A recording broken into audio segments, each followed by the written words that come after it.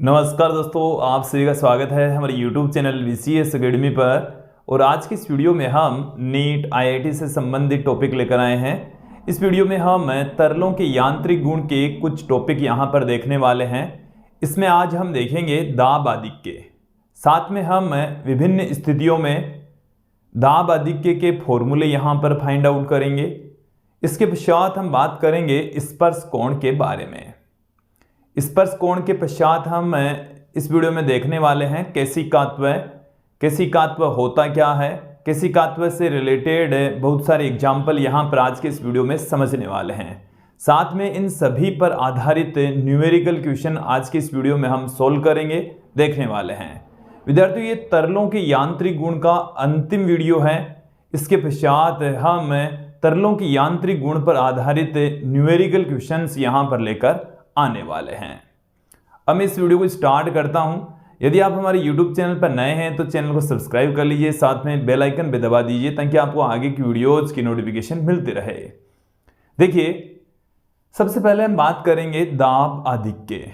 दाब आधिक्य का मतलब है एक बिंदु विशेष पर दाब का मान अधिक हो जाता है। ये तो है इसका शाब्दिक अर्थ। अब होता क्या है, यदि हम कोई द्रव की बूंद लें या बुलबुला लें तो पृष्ठ तनाव के कारण से वो क्या करता है, अपना पृष्ठीय क्षेत्रफल न्यूनतम रखने का प्रयास करता है। जो द्रव है उसको सिकोड़ने का प्रयास करता है, संपीड़ित करने का प्रयास करता है। तो संपीड़न या संपीड़ित करने के प्रयास में द्रव के अंदर का जो दाब है वो बाहर के दाब की तुलना में अधिक हो जाता है। जैसे मैं यहां पर आपके सामने एक द्रव की बूंद दिखा रहा हूं। ये हमारे पास में क्या है, एक द्रव की बूंद है। और इस द्रव की बूंद के अंदर क्या होता है, इसका जो पृष्ठीय क्षेत्रफल है वो पृष्ठ तनाव की वजह से जो बूंद है वो अपना पृष्ठीय क्षेत्रफल न्यूनतम रखने का प्रयास करती है, सिकोड़ने का प्रयास करेगी। तो सिकोड़ने का प्रयास करेगी तो इसके अंदर का दाब, ये जो अंदर का जो पोर्शन है, ये बूंद का जो अंदर का जो भाग है, इसका दाब क्या हो जाएगा, यहां का जो दाब है P अधिक हो जाएगा। अंदर का जो दाब है वो क्या होगा, अधिक, और बाहर का जो P है, प्रेशर है, वो क्या रहेगा, कम। तो किसी बूंद के अंदर और उस बूंद के बाहर के दाब में क्या आ जाता है, अंतर आ जाता है। और इसी अंतर को ही हम क्या कहते हैं, दाब आधिक्य कहा जाता है।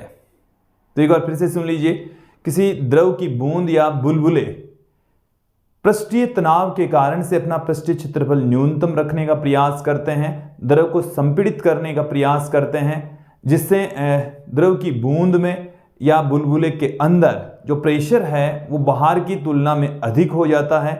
और बाहर की तुलना में जो प्रेशर में जो डिफरेंस आता है उसी को ही हम दाब आधिक्य कहते हैं। क्लियर? तो यही है दाब आधिक्य की डेफिनेशन, और हम इनसे जुड़ी हुई विभिन्न स्थितियों की यहाँ पर चर्चा करेंगे। पहले मैं डेफिनेशन आपके सामने पुट कर देता हूं। देखिए क्या है डेफिनेशन, पृष्ठ तनाव के कारण बुलबुले या पृष्ठ तनाव के कारण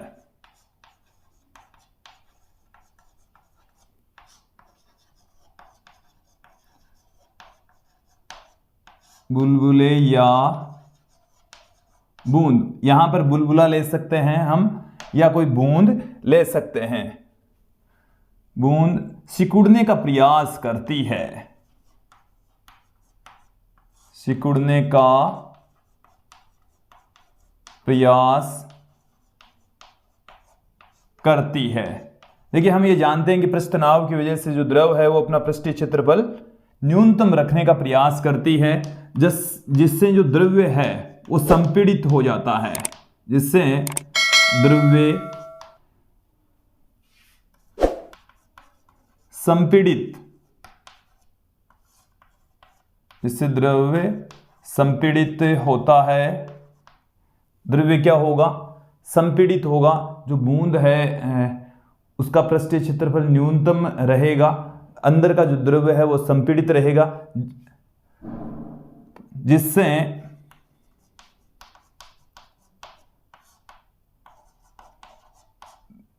द्रव की बूंद या बुलबुले के अंदर, बुलबुले के अंदर का दाब अधिक होता है, का दाब अधिक होता है, तो अंदर व बाहर के दाब का अंतर, अंदर व बाहर के दाब का अंतर, दाब का अंतर ही दाब आधिक्य कहलाता है। अंतर ही क्या कहलाएगा? दाब आधिक्य कहलाएगा। दाब आधिक्य कहलाता है। क्लियर?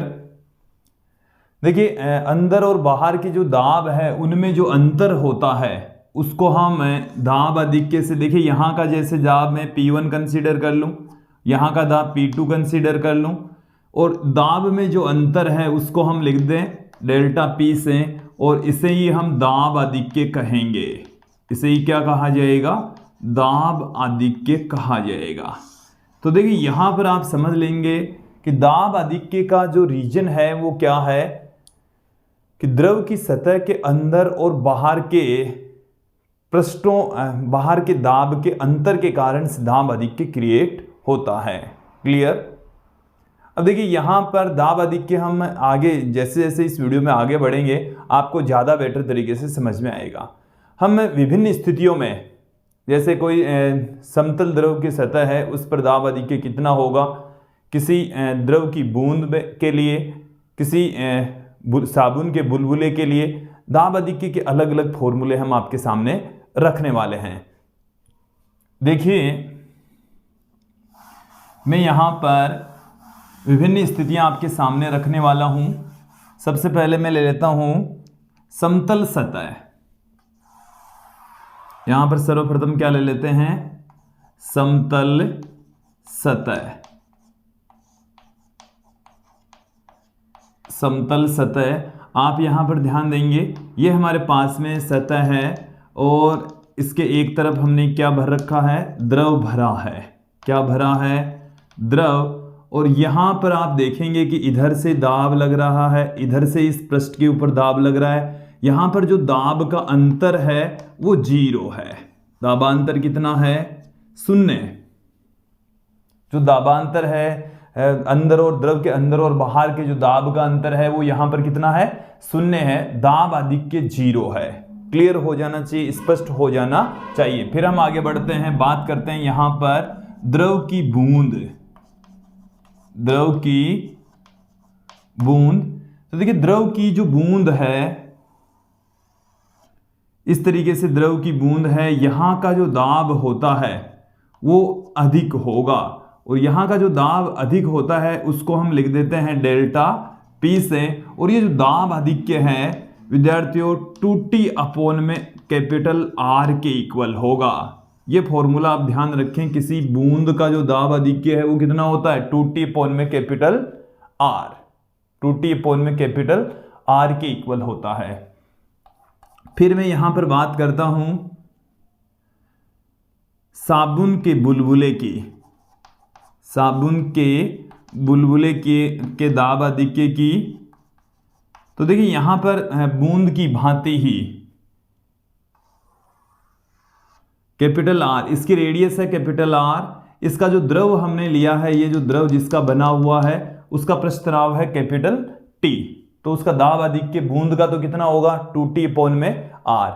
देखिए यहां पर एक चीज क्लियर कर लीजिए कि जैसे द्रव का जो पृष्ठ है वो जहां पर वक्राकार पृष्ठ होगा ना, जैसे ये वाला जो पृष्ठ है वो वक्राकार है, इधर बल लग रहा है, इधर बल लग रहा है, इधर बल लग रहा है, तो इस तरफ का जो दाब है वो ज्यादा रहेगा। इस तरफ का दाब क्या रहेगा?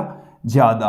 और यदि जैसे मान लो कि पृष्ठ ऐसे है तो इसके इस पृष्ठ से इधर की ओर ऐसे, और यहाँ का दाब क्या रहेगा? अधिक रहेगा। और जैसे मान लो समतल पृष्ठ है तो इसके दोनों ओर ही दाब समान रहेगा, यहाँ पर दाब आधिक्य नहीं होगा, दाब आधिक्य 0 होगा। क्लियर? अब यहाँ पर आप ध्यान दें कि इस जो द्रव, जो साबुन का बुलबुला है उसकी जो सतह होती है, उसकी सतह, तो ये दो सतहों से मिलकर बना हुआ है। कितने सतहों से मिलकर बना हुआ है? ये दो सतहों से मिलकर बना हुआ है। एक आंतरिक सतह, दूसरी इसकी बाह्य सतह।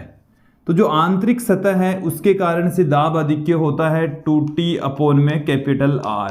बाह्य सतह के कारण से 2T अपॉन में कैपिटल R। तो टोटल जो दाब अधिक्य है वो हमारे को मिल जाएगा 4T अपॉन में R। तो साबुन के बुलबुले के कारण से जो दाब अधिक्य क्रिएट होता है वो कितना होगा? 4T अपॉन में R के इक्वल होगा। क्लियर हो जाना चाहिए, स्पष्ट हो जाना चाहिए।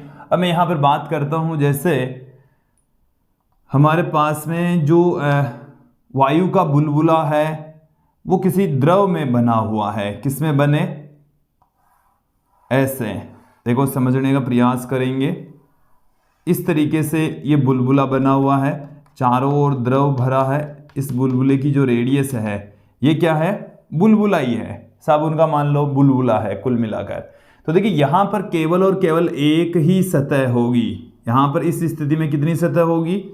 एक ही सतह होगी। और दाब अधिक्य है, अंदर वाला ही ज्यादा होगा। अंदर वाला ही क्या होगा? यहां पर भी अंदर वाला ज्यादा होगा, यहां पर भी अंदर वाला ज्यादा होगा। तो यहां पर आप ध्यान दें, डेल्टा पी इक्वल टू क्या आएगा?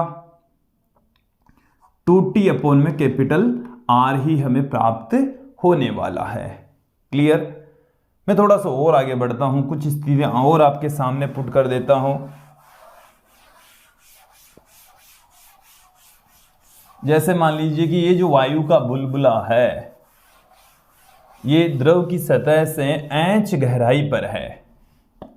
जैसे इस तरीके से कोई पात्र है और इस पात्र में इंच गहराई पर, कितनी गहराई पर? इंच गहराई पर यहां तक द्रव भरा हुआ है। यहां तक क्या भरा हुआ है? द्रव भरा हुआ है। ठीक है, और इंच गहराई में है ये। कितनी गहराई में है ये बुलबुला? इंच गहराई के अंदर मौजूद है। देन यहां पर हमें क्या मिलेगा? जो दाब अधिक्य है, देखो केवल और केवल बुलबुले की बात करें तो जो दाब अधिक्य है यहां पर 2T अपॉन में R के बराबर। और ये जो दाब है ये अतिरिक्त होगा यहां पर, तो रो जी एच अतिरिक्त हो जाएगा। ये है दाब अधिक्य।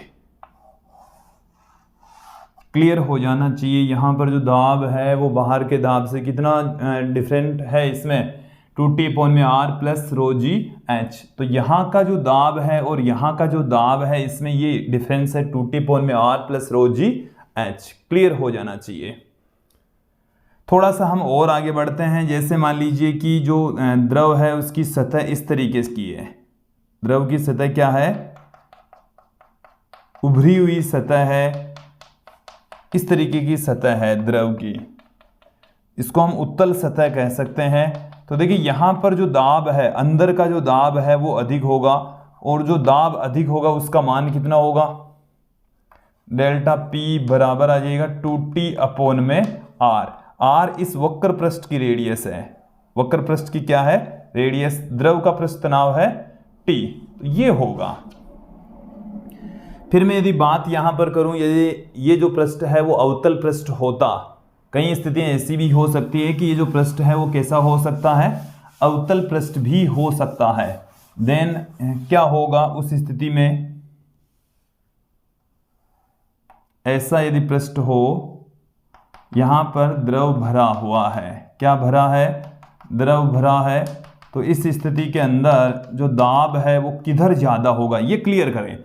ये जिधर मुड़ा हुआ है ना, ये इधर दाब अधिक होगा, यहां का दाब क्या होगा? ज्यादा होगा। और कितना ज्यादा होगा? वक्र पृष्ठ के ऊपर डिपेंड करेगा। ये 2T अपॉन में R। तो देखो जितने भी फॉर्मूले हमने देखे हैं, दाब अधिक्य एक सतह की वजह से 2T अपॉन में R होता है, और जिधर ये धसा हुआ जो हिस्सा होता है उस तरफ का जो दाब है वो अधिक होगा। उस तरफ का दाब क्या होगा? ज्यादा होगा, अधिक होगा। तो यहां तक आपको क्लियर हो जाना चाहिए। देखो इन सभी सूत्रों से हमें क्या पता लगा है कि जो दाब अधिक्य है वो वक्र पृष्ठ की त्रिज्या के व्युत्क्रमानुपाती होता है। अब तक हमने जो भी फॉर्मूले देखे हैं उसमें हमने क्या देख लिया है? एक महत्वपूर्ण रिजल्ट हमें मिल चुका है कि जो दाब आधिक्य है डेल्टा पी, ये वक्रता जो वक्र पृष्ठ है उसकी त्रिज्या के व्युत्क्रमानुपाती होता है। कई बार सीधे इसके ऊपर डिपेंड है, न्यूमेरिकल क्वेश्चन पूछ लेते हैं। देखिए क्या देते हैं, रेडियस दे दें, दो बुलबुलों की, दो बूंदों की रेडियस दे दी जाए, उनके दाब आधिक्यों का अनुपात पूछा जा सकता है। कई बार क्या होता है कि दाब आधिक्य दे देते हैं, क्या दे देते हैं, दाब आधिक्य, बूंद का पृष्ठीय क्षेत्रफल पूछ लेते हैं, तो दाब आधिक्य दे दिया तो वहां से हम रेडियस निकालेंगे और रेडियस से हम क्या ज्ञात कर सकते हैं, पृष्ठीय क्षेत्रफल निकाल सकते हैं। बूंद का पृष्ठीय क्षेत्रफल कितना होगा, 4 पाई आर स्क्वायर। बुलबुले के अंदर 2 सतह होती है तो 8 पाई आर स्क्वायर हो जाएगा। कई बार आयतन पूछ लेते हैं, बूंद का आयतन 4/3 पाई आर क्यूब हो जाएगा। तो ये सब चीजें आपको क्लियर हो जानी चाहिए। दाब आधिक्य जब दे दें तो रेडियस फाइंड आउट कर सकते हैं, और तनाव दोनों में से 3 राशियां होगी, पृष्ठ तनाव, दाब आधिक्य और आर, इन 3 में रिलेशन होता है। तो 2 आपको दे दें, तीसरी आप निकाल सकते हैं। उस तीसरी राशि से जैसे मान लो कि आपको त्रिज्या निकालनी पड़ रही है, फिर वहां से आप पृष्ठीय क्षेत्रफल, आयतन भी फाइंड आउट कर सकते हैं। तो ये चीजें एकदम क्लियर कर लीजिए, दिमाग में फिट बैठा लीजिए। मैं थोड़ा सा एक और इंटरेस्टिंग एग्जाम्पल आपके सामने पुट कर रहा हूं। ये हमारे पास में एक इस तरीके की एक पतली नलिका है, क्या है, एक पतली नलिका है, और इस पतली नलिका से हम 2 बुलबुले यहां से कनेक्ट कर रहे हैं। इससे क्या जोड़ रहे हैं हमें, 2 बुलबुले, इसकी रेडियस स्मॉल आर, इसकी रेडियस कैपिटल आर। और जैसे मान लीजिए कि पहले हमने इन दोनों की यहां पर बंद कर रखा था, वायु का प्रवाह यहां पर हमने क्या कर रखा है, बंद कर रखा था। क्लियर। अब देखें दाब आधिक्य, इसका दाब यहां पर क्या है, इस वातावरण की तुलना में अधिक है। कितना अधिक है, डेल्टा पी, 1 से लिख दूं मैं, यह बराबर होगा 2t, बुलबुला है तो 4t अपॉन में आर। यहां पर जो दाब आधिक्य है डेल्टा P2, 4t अपॉन में कैपिटल आर। ठीक है, दोनों ही साबुन के बुलबुले हैं, एक छोटा है तो दूसरा बड़ा। तो यहां पर देखिए त्रिज्या जिसकी छोटी, इसमें दाब ज्यादा, इसमें दाब क्या होगा, जिसकी त्रिज्या छोटी है वहां का दाब क्या हो जाएगा, अधिक होगा। क्लियर। तो छोटी जो बुलबुला है या बूंद होती है उसमें बड़ी बूंद की तुलना में दाब आधिक्य क्या होता है, अधिक होता है। और इसकी वजह से देखिए यदि हम इनको यहां से खुला छोड़ दें, स्वतंत्र कर दें, यहां से गैस को जाने के लिए स्वतंत्र कर दें, खोल दें, देन यहां पर डेल्टा P1 क्या है, बड़ा है, डेल्टा P2 क्या है, छोटा है। तो यहाँ का दाब अधिक होता है तो ये वाली जो गैस है वो इधर जाएगी और इसको और बड़ा कर देगी। ये तो देखिए जो बुलबुला है और छोटा हो जाएगा और ये वाला जो बुलबुला है वो और बड़ा हो जाएगा। ये क्लियर हो जाना चाहिए। जैसे ही हम यहाँ से गैस को जाने के लिए खोल दें, इसको डॉट को खोल दें, कॉर्क को खोल दें, देन यहाँ से ये छोटा बुलबुला दाब आधिक्य की वजह से और छोटा, बड़ा बुलबुला और बड़ा हो जाता है। क्लियर, समझ में आ जाना चाहिए, स्पष्ट हो जाना चाहिए। अब मैं इन सब राशियों को एक बार यहां से हटाता हूं और बात करेंगे अब हम कि जो द्रव है उसके द्रव का जो पृष्ठ हमने अब तक लिया है कि जो उत्तल पृष्ठ है या अवतल पृष्ठ है, जो चंद्र तल की आकृति द्रव के पृष्ठ की होती है, तो वो किस कारण से होती है और कौन सी स्थिति में होगी, उसकी यहां पर हम थोड़ी सी चर्चा करेंगे।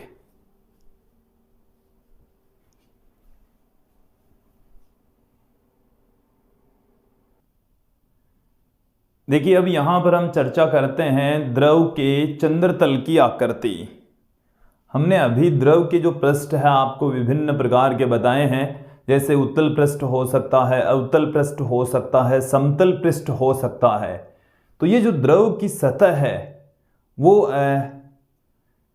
कौन सी आकृति की होगी, उत्तल, अवतल या समतल, वो क्यों होती है, उसका रीजन भी यहां पर हम देखेंगे। विद्यार्थियों, द्रव के अणुओं पर दो तरीके के बल काम करेंगे। एक तो स्वयं समान प्रकार के अणुओं के मध्य ससंजक बल और द्रव का, जिस पात्र में हमने द्रव को डाल रखा है उनके मध्य एक बल काम करेगा जिसको हम आसंजक बल कहते हैं। तो ससंजक बल और आसंजक बल के कारण से उनके परिणामी बल के प्रभाव में द्रव की सतह वक्राकार हो जाती है, थोड़ी सी मुड़ जाती है, चंद्रमा की भांति उसका आकार हो जाता है। चलिए यहां पर देखेंगे कौन कौन सी स्थिति में होगा, समझ लेते हैं। तो विद्यार्थियों, जब द्रव किसी पात्र की सतह के संपर्क में आता है, जब द्रव किसी पात्र की सतह के संपर्क में आता है,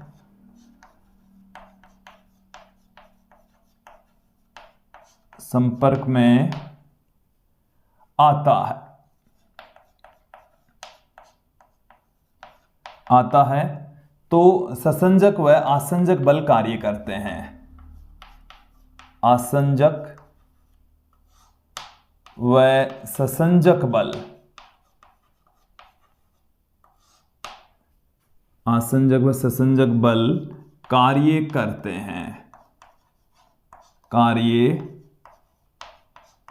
हैं। दो बल यहां पर काम करेंगे। कितने बल काम कर रहे हैं? दो बल। तो देखिए दोनों बलों के बारे में यदि मैं यहां पर कंसीडर कर लूं कि हमारे पास में जो द्रव की सतह है वो इस तरीके से है। चलिए मैं इसको थोड़ा सा यहां पर, थोड़ा यहां कर लेता हूं मैं। ये हमारे पास में पात्र की सतह है। कौन सी सतह है? पात्र की। इसमें हमने द्रव भर रखा है, तो ये द्रव की सतह है। तो देखिए इस द्रव के ऊपर कोई कण है या अणु है, इसको मैं नाम देता हूं ए। इस बिंदु अणु ए के ऊपर दो बल काम करेंगे। एक तो इस पात्र की सतह के द्वारा आसंजक बल को हम एफ ऐसे कह रहे हैं, अधेसिव फोर्स कहा जा रहा है, जो कि किधर होगा? पात्र की सतह के लंबवत बाहर की ओर, पात्र की सतह के लंबवत बाहर की ओर होगा। दूसरा वाला जो बल होता है वो होता है यहां से पात्र की सतह से 45 डिग्री के कोण पर। कितने डिग्री कोण पर? 45 डिग्री के कोण पर एफ सी ससंजक बल। तो ये दोनों बल तो फिक्स हैं। ये पात्र की सतह से 90 डिग्री के कोण पर और ये पात्र की सतह से द्रव के अंदर 45 डिग्री के कोण पर ससंजक बल और आसंजक बल काम करते हैं। तो यहां पर द्रव के बिंदु, सतह पर मौजूद द्रव के बिंदु ए पर लगने वाले बल, देखो यहां पर ध्यान देना, इस चीज को समझेंगे हम एक एक करके अच्छे से। सतह पर स्थित द्रव के अणु ए पर बल, कौन कौन से बल काम कर रहे हैं? ए पहला बल तो काम कर रहा है ससंजक बल। कौन सा बल है? ससंजक बल। ससंजक बल को हम एफ सी से पुट कर रहे हैं। इसकी डायरेक्शन क्या है? पात्र की सतह से 45 डिग्री के कोण पर द्रव के अंदर, पात्र की सतह से 45 डिग्री के कोण पर अंदर की तरफ, द्रव के अंदर, ठीक है। दूसरा वाला जो बल काम करता है वो कौन सा बल होता है? आसंजक बल, अधेसिव फोर्स, एफ ऐसे पुट करेंगे। और ये किधर काम करता है? सतह के लंबवत, पात्र की सतह के लंबवत बाहर की ओर, पात्र की सतह के लंबवत बाहर की ओर, लंबवत बाहर की तरफ, बाहर की ओर। क्लियर? तो यहां पर दो फोर्स काम कर रहे हैं, एफ सी और एफ ए। क्लियर? यहां तक क्लियर हो जाना चाहिए। अब यहां पर हम इसकी विभिन्न स्थितियों की यहां पर चर्चा करेंगे। सबसे पहली जो मैंने स्थिति ली है उसमें यहां पर हमने ली है कि जब एफ ए और एफ सी का परिणामी जो पृष्ठ बनता है, जो इसका पृष्ठ है उस पृष्ठ के अनुदिश काम कर रहा हो, ये परिणामी है एफ एन। एफ सी और एफ ए दोनों का परिणामी क्या है, एफ एन। और ये जो दोनों का परिणामी एफ एन है, यदि इस पृष्ठ के अनुदिश है, इस पृष्ठ के अनुदिश है, इन दोनों का परिणामी इस पृष्ठ के यदि अनुदिश है, देन यहां पर जो द्रव का पृष्ठ है वो कैसा होगा, समतल पृष्ठ होगा। कैसा पृष्ठ होगा, समतल पृष्ठ होगा। क्लियर। परिणामी है वो आसंजक बल से 90 डिग्री का कोण बनाएगा। परिणामी जो बल है एफ एन वो इस आसंजक बल से कितने डिग्री कोण पर है, 90 डिग्री कोण पर। चलिए यहां पर आप समझें इनको कि जो परिणामी बल है इसका फॉर्मूला तो क्या हो जाएगा, F A square plus F C square plus 2 F A F C cos. देखो यहां पर ध्यान देना, ये 90 डिग्री, ये 45 डिग्री, 135 डिग्री हो जाएगा। कोस 135 डिग्री हमें प्राप्त हो जाएगा का अंडररूट। और इनकी जो डायरेक्शन है, इस डायरेक्शन को यदि मैं अल्फा से कह दूं, जो कि tan inverse F C sine theta, क्योंकि अभी जो थीटा है दोनों के बीच का कोण है, मैं यहां पर 135 पुट कर देता हूं। और फिर F A plus F C cos 135। ये हमारे पास में फॉर्मूले, हालांकि आपको इतनी ज़्यादा गहराई में जाने की आवश्यकता नहीं है। ये वाला जो एंगल है ना, ये अल्फा जब कितना रहे, अल्फा जब 90 डिग्री रहता है ना, परिणामी बल की दिशा आसंजक बल से जब 90 डिग्री के कोण पर होती है, तब द्रव की सतह समतल सतह होगी, परिणामी बल इसके पृष्ठ के अनुदिश रहेगा। यहां पर क्लियर हो जाना चाहिए। और ये जो स्थिति है वो कब प्राप्त होगी, ये वाली स्थिति कब प्राप्त होगी, जब यहां पर हम चांदी के पात्र में, किसके पात्र में, चांदी के पात्र में जल भरें, पात्र में यदि जल भर दें, तब जो पृष्ठ है, द्रव का पृष्ठ है वो समतल पृष्ठ होगा। द्रव का पृष्ठ कैसा होगा, समतल पृष्ठ होगा। जो हमने दिखाया है ये वाली स्थिति होगी। ये क्लियर हो जाना चाहिए, समझ में आ जाना चाहिए। अब हम थोड़ा सा और आगे बढ़ते हैं, बात करते हैं जब अगली स्थिति की।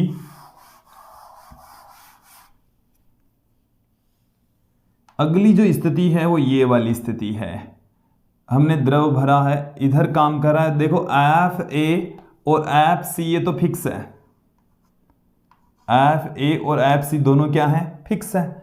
अब यदि इन दोनों का परिणामी, दोनों का ही परिणामी है वो यदि द्रव की सतह के बाहर काम करता हो, ये यदि एफ एन है वो द्रव की सतह के बाहर यदि काम कर रहा हो, इट मीन्स ये हो गया, ये जो अल्फा, ये कोण कितना है इनका परिणामी, अल्फा, ये वाला है अल्फा, ठीक है, ये वाला क्या है, अल्फा है। तो ये जो यदि अल्फा का जो मान है वो 90 डिग्री से छोटा रहता है, 90 डिग्री से क्या रहेगा, छोटा, तो जो द्रव की सतह है वो इस तरीके से होगी, ऐसी सतह होगी, ऐसी। क्लियर कर लीजिए, ये एंगल तो 45 है, ये एंगल 90 है, ये अल्फा है, और यहां पर इस तरीके से द्रव भरा हुआ है। और आपको आराम से समझ में आ जाना चाहिए, कहीं कोई दिक्कत नहीं होनी चाहिए। और यदि कांच के पात्र में ये जो सतह है ना, वो यदि किसकी हो, कांच की हो, और ये क्या हो, जल हो, तब ऐसी स्थिति प्राप्त हो सकती है। कांच के पात्र में यदि हम क्या भर दें, जल भर दें, तो आसंजक बल और ससंजक बल का जो परिणामी है वो द्रव की सतह के बाहर लगेगा। अल्फा का मान 90 डिग्री से कम होगा, ये द्रव की सतह के सहारे थोड़ा सा ऊपर भी चढ़ जाता है। क्लियर हो जाना चाहिए, समझ में आ जाना चाहिए। अब हम जैसे ही हम यहाँ पर अगला जो बिंदु पढ़ेंगे संपर्क कोण, उसमें हम ज़्यादा बेटर से तरीके से समझेंगे कब ये भिगोएगा कब नहीं भिगोएगा। ठीक है, तो यहाँ तक समझ में आ गया। एक स्थिति और देखें, अंतिम जो स्थिति है वो क्या है कि यदि ससंजक बल और आसंजक बल, ये हमारे पास में जो पात्र है उसकी सतह है और ये हमारे पास में है आसंजक बल और ये हमारे पास में है ससंजक बल, इन दोनों के पृष्ठ और इसके बीच का कोण 90, इन दोनों के बीच का कोण 45।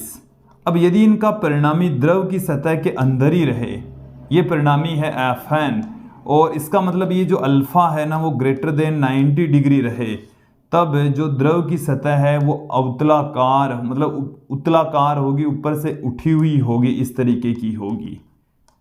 ये क्लियर हो जाना चाहिए। और ये स्थिति कब होगी? जब ये वाला जो पात्र है वो कांच का हो और इसमें हम क्या भर दें? पारा भर दें। क्या भर दिया जाए? पारा भर दे। कांच के पात्र में यदि पारा भर दिया जाता है तब हमें ये अंतिम स्थिति प्राप्त होगी। तो यहाँ तक आपको क्लियर हो जाना चाहिए, समझ में आ जाना चाहिए। अब हम थोड़ा सा और आगे बढ़ेंगे, बात करेंगे एंगल ऑफ कॉन्टैक्ट स्पर्श कोण के बारे में।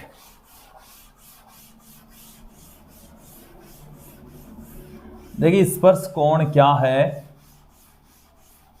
पात्र की सतह व द्रव की सतह के मध्य का द्रव के अंदर बनाया गया जो कोण होता है उसको यहां मैं संपर्क कोण कहते हैं। संपर्क कोण कह दीजिए, स्पर्श कोण कह दीजिए।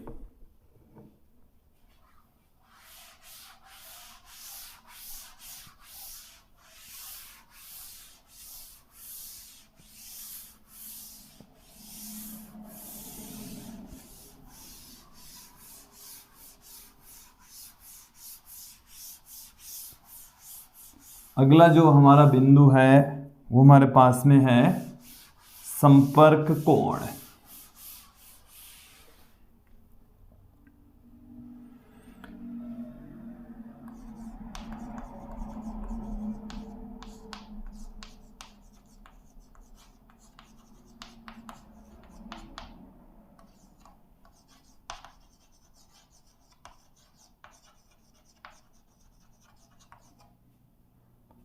स्पर्श कोण, देखिए स्पर्श कोण होता कौन सा है पहले इसको क्लियर कर लेते हैं। यह है पात्र की सतह व द्रव की सतह जहां पर भी मिलती है उस बिंदु पर बनाया गया द्रव में बनाया गया कोण। देखिए ध्यान देंगे कि ये जैसे हमारे पास में कोई द्रव है और जैसे हमने यहां पर इसको इस पात्र में भरा, तो पात्र की जो सतह है वो ये हो गई है, द्रव की सतह के खींची गई स्पर्श रेखा ये हो गई है, द्रव में बनाया गया जो कोण है वो ये हो गया है। तो ये यहां पर क्या होगा? स्पर्श कोण होने वाला है। एक बार डेफिनेशन समझ लीजिए कि पात्र की सतह व द्रव की सतह के संपर्क बिंदु पर द्रव में बनाया गया कोण क्या कहलाता है? स्पर्श कोण कहलाता है। डेफिनेशन में आपके सामने पुट कर रहा हूं। पात्र की सतह व द्रव की सतह के संपर्क बिंदु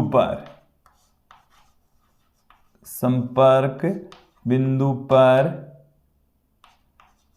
द्रव में बनाया गया कोण, द्रव में बनाया गया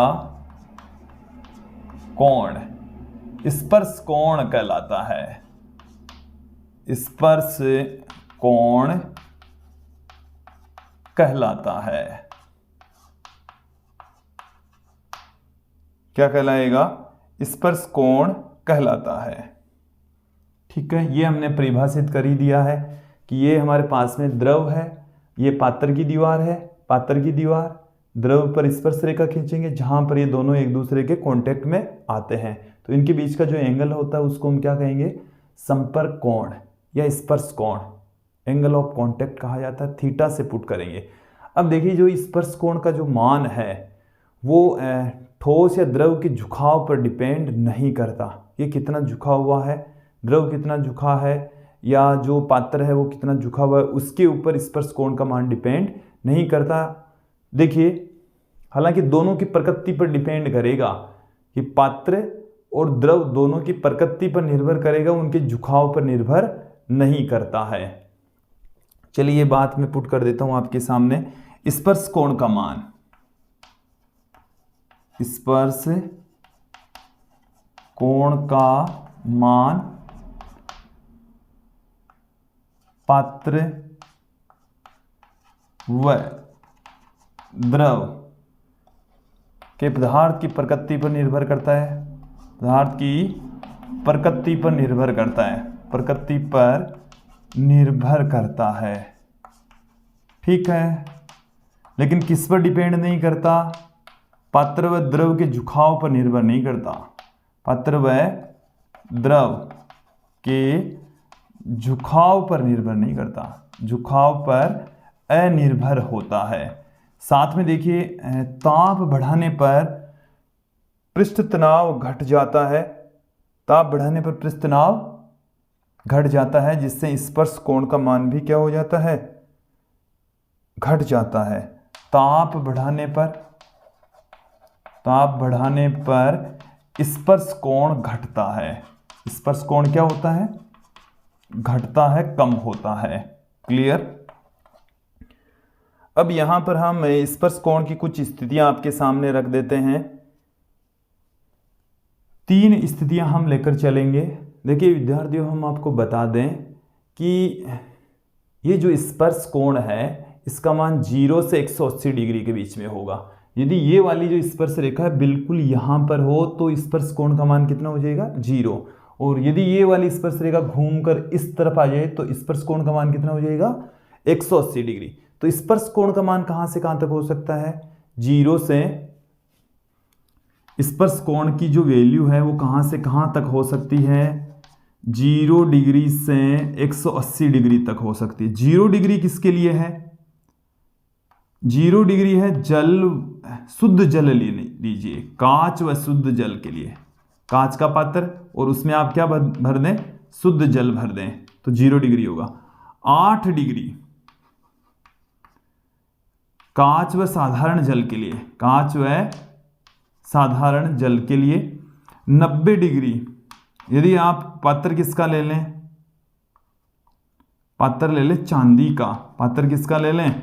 चांदी का, और उसमें क्या भर दें? जल भर दें तो 90 डिग्री होगा। ठीक है, अब यहां पर आप ध्यान देंगे, बोर्ड पर फोकस करें। मैं यहां पर 3 स्थितियां ले रहा हूं। पहली जो स्थिति हमारे पास में है वो ये वाली स्थिति है कि जो द्रव हमने भरा है पात्र में उसकी सतह इस तरीके से है, अवतलाकार है। तो इसमें जो स्पर्श कोण है वो ये वाला होगा, स्पर्श कोण ये होगा। तो यहां पर जो स्पर्श कोण है आप देखेंगे जो थीटा का जो मान है वो 90 डिग्री से छोटा है। किससे छोटा है? 90 डिग्री से छोटा। स्पर्श कोण जब 90 डिग्री से छोटा होता है तब द्रव पात्र की सतह को भिगोएगा, पात्र की सतह को भिगोएगा। यहां पर एकदम क्लियर कर लीजिए सतह कैसी है। जब थीटा का मान 90 डिग्री से छोटा तो सतह है वो अवतलाकार होगी, अंदर धसी हुई होगी, और साथ में पात्र की सतह को द्रव भिगोएगा। और ये एग्जाम्पल किसका है? यहां पर आप क्या लें? ये कांच की नली क्या लें और ये क्या लें? जल लें, तब ऐसी स्थिति हो सकती है। ये अब हमने कर ही दी, बता ही दी है कि जब थीटा का मान है साधारण जल के लिए कितना होता है? 8 डिग्री होता है। अगली स्थिति में ले लेता हूं आपके सामने ही, जब थीटा का मान क्या हो? 90 डिग्री से ज्यादा हो, 90 डिग्री से क्या हो? ज्यादा। तो उस स्थिति में जो द्रव का सतह है, जैसे ये एंगल जो होगा वो ये वाला एंगल होगा, यहां पर इस तरीके से हम खींचेंगे तो ये जो एंगल होता है ना थीटा, ये होता है जो कि 90 डिग्री से क्या है? ज्यादा है, 90 डिग्री से अधिक है। इस स्थिति के अंदर जो पृष्ठ होगा वो उत्तल पृष्ठ होगा। पृष्ठ कैसा होगा? उत्तल पृष्ठ। ठीक है, यहां पर जो द्रव है वो सतह को नहीं भिगोएगा, नहीं भिगोता है। क्लियर हो जाना चाहिए। और ये स्थिति कब होगी कि यदि हम कांच के पात्र में क्या भर दें? पारा भर दें। कांच के पात्र में क्या भर दिया जाए? पारा भर दिया जाए तो जो सतह है वो उत्तल सतह रहेगी, द्रव है वो पात्र की सतह को नहीं भिगोता है। ये वाली सिचुएशन हमें प्राप्त होती है।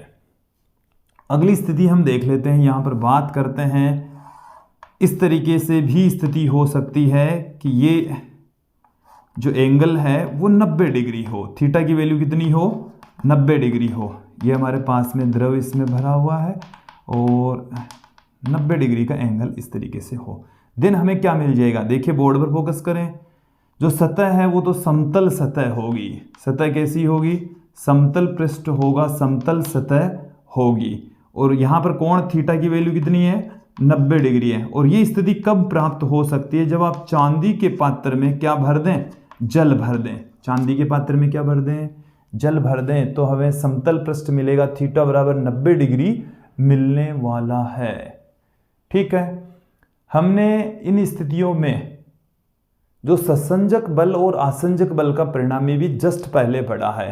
देखो मैं बताऊं, ये वाली स्थिति कब आती है? जब ससंजक और आसंजक बल का परिणामी इधर हो। ये वाली स्थिति कब आती है? जब ससंजक बल और आसंजक बल का परिणामी द्रव के अंदर हो। ये वाली स्थिति कब आती है? जब ससंजक बल और आसंजक बल का परिणामी द्रव के बाहर हो। ये हम तीनों स्थितियां वहां पर ससंजक बल और आसंजक बल के अंदर देख ही चुके हैं। और यहां पर दाब अधिक के 0, यहां पर द्रव के अंदर का दाब अधिक, यहां पर द्रव के बाहर का दाब अधिक। ठीक है, तो ये चीजें एकदम क्लियर हो जानी चाहिए, स्पष्ट हो जानी चाहिए। अब मैं थोड़ा सा आगे बढ़ता हूं। इस वीडियो का अंतिम पार्ट, अंतिम जो बिंदु है, टॉपिक है, उसकी यहां पर मैं चर्चा करता हूं। केशिकात्व। केशिकात्व क्या है? देखिए, एक बहुत कम त्रिज्या वाली, अति सूक्ष्म त्रिज्या वाली नलिका होती है जिसको हम केश नली कहते हैं। जिसे क्या कहा जाता है? केश नली। और जब केश नली को किसी द्रव में डुबोया जाता है तो द्रव है वो उस नलिका में थोड़ा सा ऊपर चला जाता है या नीचे बैठ जाता है। द्रव की जो सतह है वो या तो ऊपर चढ़ जाती है या नीचे बैठ जाती है। तो उस घटना को ही हम केशिकात्व कहते हैं। उस घटना को ही क्या कहा जाता है?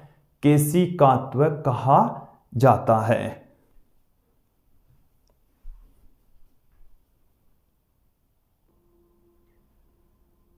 विद्यार्थियों, अब हम यहां पर बात करेंगे केशिकात्व के बारे में। कैपिलरिटी। देखिए होता क्या है कि जब एक अति सूक्ष्म त्रिज्या वाली कांच की नली हम लें तो उस नली को हम कहते हैं केश नली। केश नली क्या होती है? इसको एकदम क्लियर कर लीजिए। बहुत कम त्रिज्या वाली, बाल के समान उसकी त्रिज्या होती है। केश का मतलब होता है बाल। बाल के समान त्रिज्या वाली यदि हम कोई कांच की नलिका लें तो उसे हम केश नली कहेंगे। और जब उस केश नली को किसी द्रव में डुबोया जाता है तो पात्र की जो सतह होती है, द्रव की जो सतह होती है, उससे केश नली में जो द्रव की सतह होती है वो भिन्न होती है। वो द्रव है वो केश नली में थोड़ा सा ऊपर चढ़ जाता है या थोड़ा सा नीचे बैठ जाता है। तो इस घटना को हम केशिकात्व कहते हैं। इस घटना को ही क्या कहा जाता है? केशिकात्व कहा जाता है। मैं यहां पर बात करता हूं कौन सी स्थितियों में द्रव ऊपर बैठ जाएगा, कौन सी स्थितियों में नीचे उतर जाएगा, कौन सी स्थितियों में ऊपर चढ़ जाएगा। ये जैसे हमारे पास में केश नली है, ये हमारे पास में क्या है? केश नली। तो केश नली के अंदर देखिए, आप देखेंगे बहुत पतली सी नलिका होती है। अब हमने यहां पर एक द्रव भरा है और इस द्रव का जो स्पर्श कोण है वो 90 डिग्री से कम होता है। 90 डिग्री से कम होता है। मैं जो बातें बोल रहा हूं उसको आप सुनते जाइए। यहां पर जो स्पर्श कोण है वो 90 डिग्री से कम, थीटा की जो वैल्यू है वो 90 डिग्री से क्या है? छोटी है।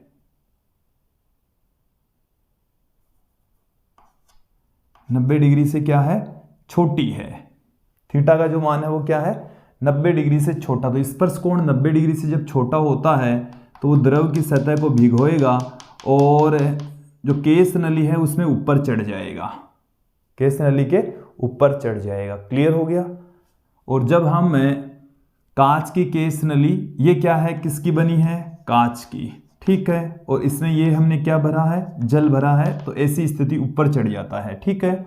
दूसरी स्थिति कि थीटा का मान 90 डिग्री से ज्यादा हो, मतलब स्पर्श कोण 90 डिग्री से अधिक हो। तो देखिए इस स्थिति के अंदर जैसे हमारे पास में ये केस नली है, यहां पर हम भर दें, यहां पर क्या भर दें, पारा भर दें, तो जो सतह है वो नीचे बैठ जाती है। चलिए मैं थोड़ा सा ऊपर बनाता हूं। ये पारा हमने भर रखा है, यहां पर क्या भर रखा है, पारा, तो इसकी जो सतह है, द्रव की जो सतह है वो थोड़ी सी नीचे बैठ जाएगी। हम ये जानते हैं कि इसकी जो सतह होती है वो उत्तल सतह होती है। द्रव यहां तक ही भरेगा, ये नीचे बैठ जाएगा। यहां पर ऊपर चढ़ रहा था, यहां पर क्या हो रहा है, नीचे बैठ रहा है। और जब थीटा स्पर्श कोण का मान 90 डिग्री के बराबर होगा तो जो केस नली है उसमें जो द्रव है वो न ऊपर चढ़ेगा न ही नीचे बैठेगा। ये क्लियर हो जाना चाहिए, न तो ऊपर चढ़ेगा न ही नीचे बैठेगा। यदि ये चांदी की हो, किसकी हो, चांदी की केस नली हो और इसमें क्या भर दें हम, जल भर दें, तो ऐसी स्थिति प्राप्त होगी। तीनों स्थितियां समझ में आ जानी चाहिए। स्पर्श कोण 90 से कम, स्पर्श कोण 90 से ज्यादा, स्पर्श कोण 90 के बराबर। क्लियर, स्पष्ट हो जाना चाहिए। अब मैं यहां पर बात करता हूं कि जो केस नली है उसके कारण से जो द्रव है उसकी सतह केस नली में थोड़ी सी ऊपर चढ़ जाती है या नीचे बैठ जाती है। वो कितनी ऊपर बैठती है, कितनी नीचे उतरती है, उसकी मैं यहां पर थोड़ी सी चर्चा कर लेता हूं। जैसे हम यहां पर कंसीडर कर लें कि हमारे पास में जो द्रव है केस नली में इंच ऊंचाई तक चढ़ जाता है। कितनी ऊंचाई तक चढ़ जाता है, इंच ऊंचाई तक चढ़ जाता है। देखिए मैं केस नली का थोड़ा सा बड़ा सा डायग्राम आपके सामने रख रहा हूं ताकि हम बेटर तरीके से समझ सकें। ये केस नली के अंदर जो द्रव है उसका पृष्ठ है। इस वक्रता त्रिज्या, इसकी जो वक्रता त्रिज्या है वो कैपिटल आर है। इसका जो स्पर्श कोण है वो है थीटा। स्पर्श कोण कितना है, देखो स्पर्श कोण तो ये होता है, देखो ध्यान देना, एक बार बोर्ड पर फोकस करें।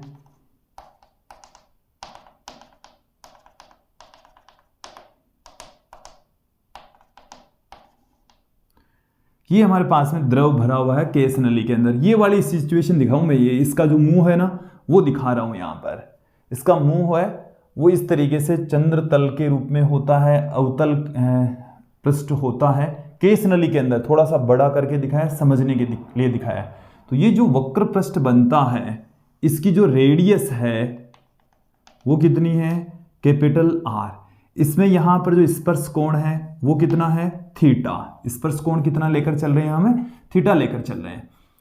इस केस नली की जो रेडियस है वो हम लेकर चल रहे हैं स्मॉल आर। केस नली की त्रिज्या कितनी लेकर चल रहे हैं, हमें स्मॉल आर के इक्वल लेकर चल रहे हैं। ये त्रिज्या और इस स्पर्श रेखा के बीच का कोण 90 डिग्री होता ही है। इसमें जो द्रव भरा है इसका घनत्व है रो है, इसकी रेडियस स्मॉल आर है, और ये जो केस नली में द्रव चढ़ा है वो इंच ऊंचाई तक चढ़ जाता है। कितनी ऊंचाई तक चढ़ जाता है, इंच ऊंचाई तक। ये जो द्रव है इसका पृष्ठ तनाव T है।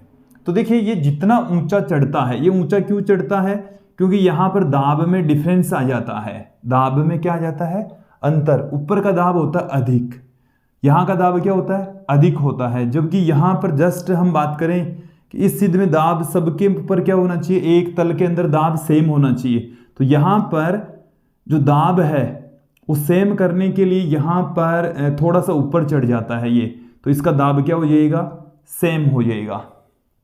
देखो एक बार इस चीज को समझें कि यहां जब जैसे मान लीजिए कि ये केस नली इस तरीके से इस स्थिति में है, द्रव ऐसी स्थिति में ऐसे, तो यहां का दाब होता है इस यहां के दाब से अधिक, और यहां पर दाब एक समान होना चाहिए। तो यहां का दाब, यहां का दाब, यहां का दाब समान होगा। तो यहां का दाब समान नहीं है, इससे कम है, क्योंकि ये दाब अधिक के इस बिंदु पर तो क्या है, ज्यादा है। तो ये क्या करता है, इस बिंदु का दाब बराबर करने के लिए ये थोड़ा सा द्रव है वो ऊपर चढ़ जाता है। इसमें उतना ही ऊपर चढ़ेगा जितना इसके द्वारा दाब क्रिएट होगा ना, जो दाब आधिक्य के बराबर ऊपर चढ़ेगा। किसके बराबर? दाब आधिक्य। तो ऊपर चढ़ने वाले द्रव का जो दाब होता है वो ρgh और दाब आधिक्य होता है 2T अपॉन में कैपिटल R। तो यहां से हम H बराबर क्या पुट कर दें, 2T अपॉन में ρg कैपिटल R। अब इस कैपिटल R की वैल्यू में यहां से यदि ये थीटा तो ये 90 माइनस थीटा, ये क्या हो जाएगा, सॉरी ये 90 तो ये हो जाएगा 90 माइनस थीटा, ये हो जाएगा थीटा। तो कोस थीटा बराबर क्या होता है, आधार बट्टे में कर्ण। तो इसमें आधार स्मॉल r, कर्ण हो गया कैपिटल R।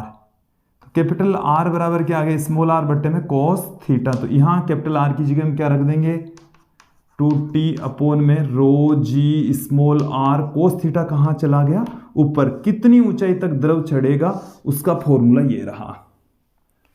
प्रस्तनाव जिस तरल का जितना ज्यादा होगा उतना ही ऊंचा चढ़ने वाला है। इसके साथ में स्पर्श कोण जितना कम होगा उतना ही ऊपर चढ़ने वाला है। इसके साथ में रेडियस कम होगी, जितनी केस नली की त्रिज्या कम होगी द्रव उतना ही ऊपर चढ़ेगा।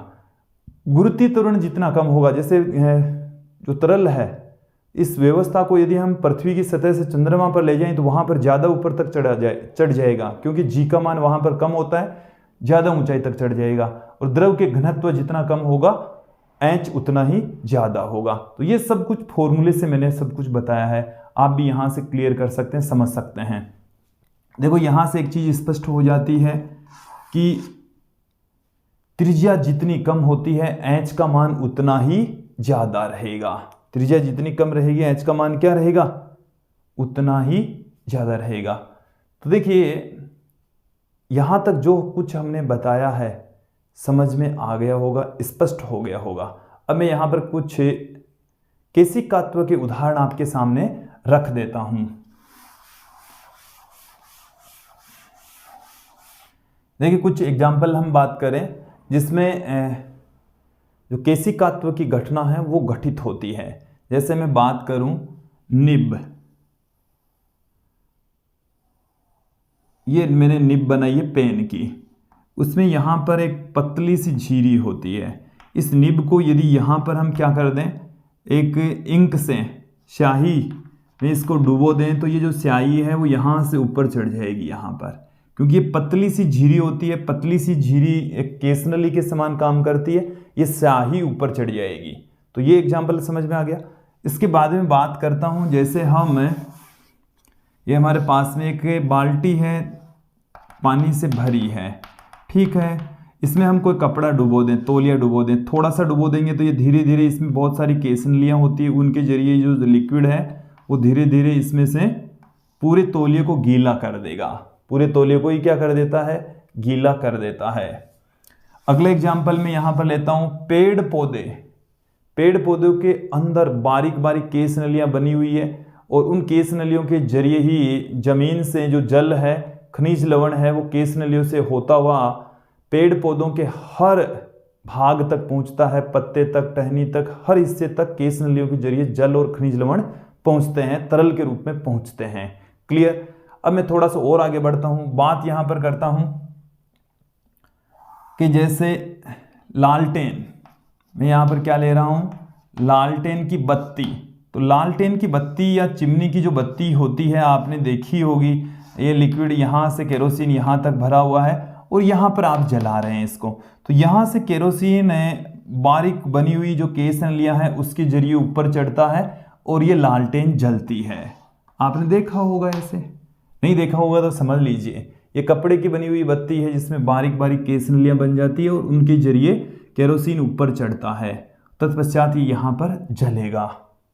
क्लियर। अब देखिए मैं बात यहाँ पर करता हूँ अगले एग्जाम्पल की।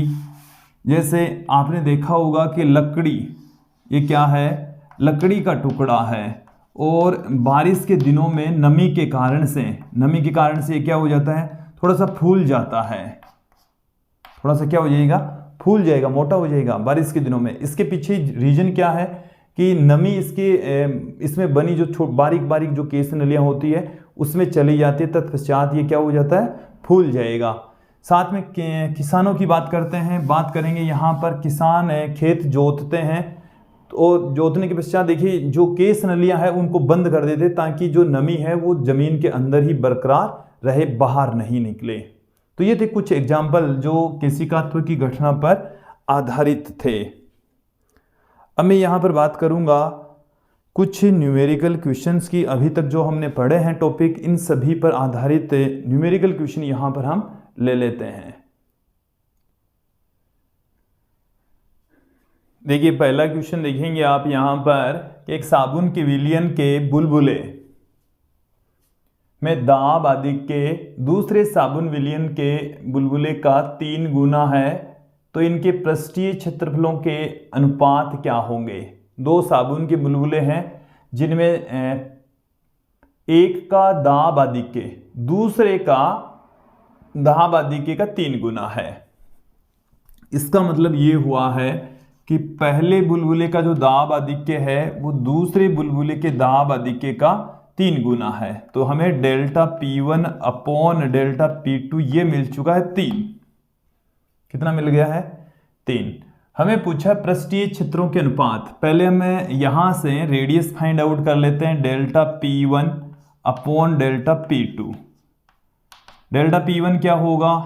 बुलबुला है और बुलबुले के लिए 40 अपॉन R1 और यहां से क्या जाएगा 40 अपॉन R2। तो ये आ गया R2 अपॉन में R1 और delta P1 upon delta P2 कितना है? 3। तो R2 अपॉन में R1 कितना आ गया? 3 आ गया। R2 अपॉन R1 कितना आ गया? 3। अब हम देखते हैं पृष्ठीय क्षेत्रफलों के अनुपात। पृष्ठीय क्षेत्रफलों के अनुपात, दोनों बुलबुले हैं और उनके पृष्ठीय क्षेत्रफलों के अनुपात देख लेते हैं। पहले बुलबुले का पृष्ठीय क्षेत्रफल 4 पाई R1 स्क्वायर और 2 पृष्ठ है तो इसको 2 से गुणा कर दिया। दूसरे का 4 पाई R2 स्क्वायर इंटू 2, यहाँ आ गया R1 अपॉन R2 का whole square. R1 upon R2 कितना? 1/3। तो 1/3 का स्क्वायर करेंगे तो कितना आ जाएगा? 1/9। हमें मिल चुका 1:9। 1:9 आंसर होगा इसका। नेक्स्ट क्वेश्चन देखें कि एक साबुन के विलयन का पृष्ठ तनाव 0.03 MKS मात्रक है। 6 मिलीमीटर व्यास के इस विलयन के बुलबुले का दाब अधिक के क्या होगा।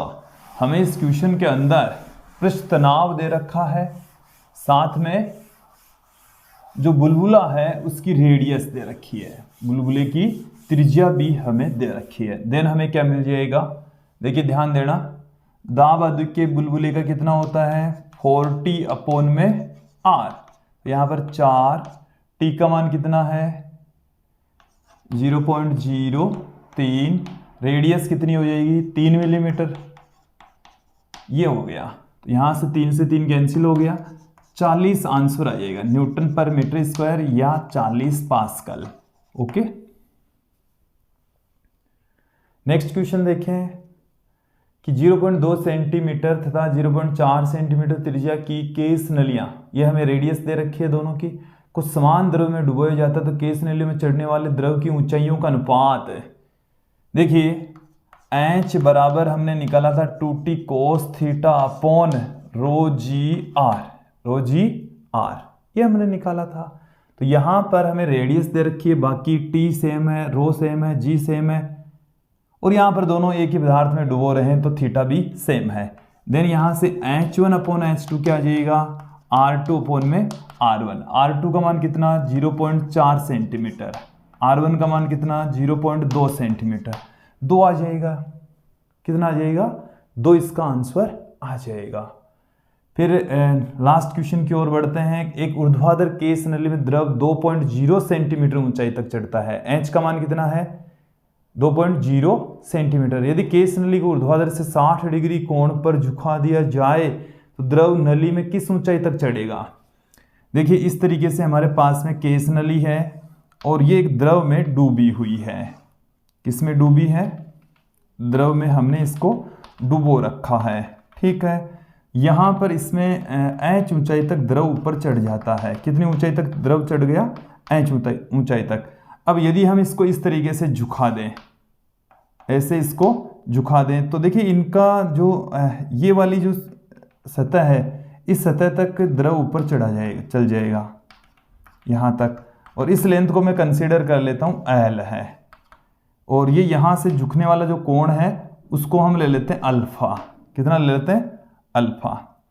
तो देखो ये H है, ये L हमें ज्ञात करना है, ये कोण हमें अल्फा दे रखा है, तो इस ट्राइंगल से हम यहाँ से L की वैल्यू ज्ञात कर लेंगे।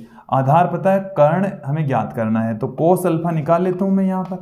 कोस अल्फा बराबर आधार बट्टे में कर्ण, तो L बराबर कितना आ गया? H बट्टे में कोस अल्फा। ये फॉर्मूला आप ध्यान भी रखें, ये वाला फॉर्मूला आपको ध्यान भी रखना है। H का मान हमें क्वेश्चन में कितना दे रखा है? 2.0 सेंटीमीटर। कोस 60 का मान कितना होता है? 1/2, तो 4 सेंटीमीटर इसका आंसर आएगा। किस ऊंचाई तक जाएगा? 4 सेंटीमीटर की ऊंचाई तक द्रव ऊपर चढ़ जाएगा। तो विद्यार्थियों ये था आज का हमारा वीडियो, जिसमें हमने दाब आदि के स्पर्श कोण और केशिकात्व की घटना के बारे में अच्छे से समझा, जाना, उन पर आधारित न्यूमेरिकल क्वेश्चंस देखें। आज के इस वीडियो में इतने ही। शेष जो तरलों के ऊपर आधारित जो न्यूमेरिकल क्वेश्चंस हैं वो हम अगले वीडियोज में लेकर आ रहे हैं। आप हमारे साथ में यूं ही बने रहिए। धन्यवाद दोस्तों।